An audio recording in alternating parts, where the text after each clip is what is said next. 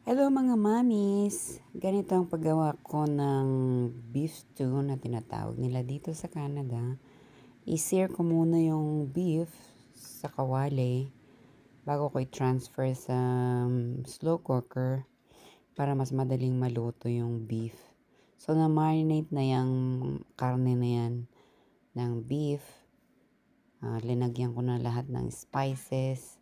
So ready na. So lalagay natin yung mga veggies natin, potato, carrots,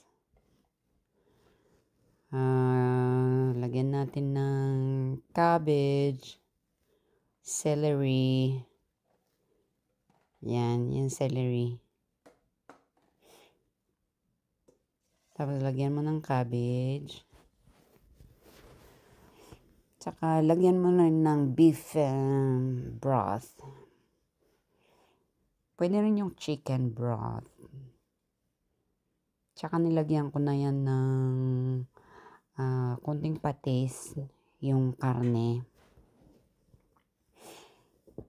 Tsaka onion.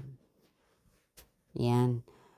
Tapos sa slow cooker, 8 hours yan na pwede mong ilagay sa slow cooker for 8 hours. 6 hours. Tapos at the end, ilagay mo yung bok choy. Kasi masarap yung bok choy na yan. Tapos pag kumulo na siya, okay na. Kasi hindi rin natin gustong ma-overcook yung bok choy. Yan. Ito yung tinatawag na beef stew.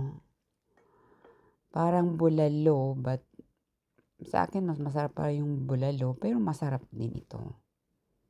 Yung taste. Gustong-gusto ng mga anak ko, tsaka gustong-gusto ni Mister. Yan, mga guys.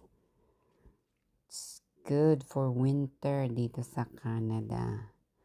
Okay, sa ulitin. See you then. Bye, guys. Thank you for watching.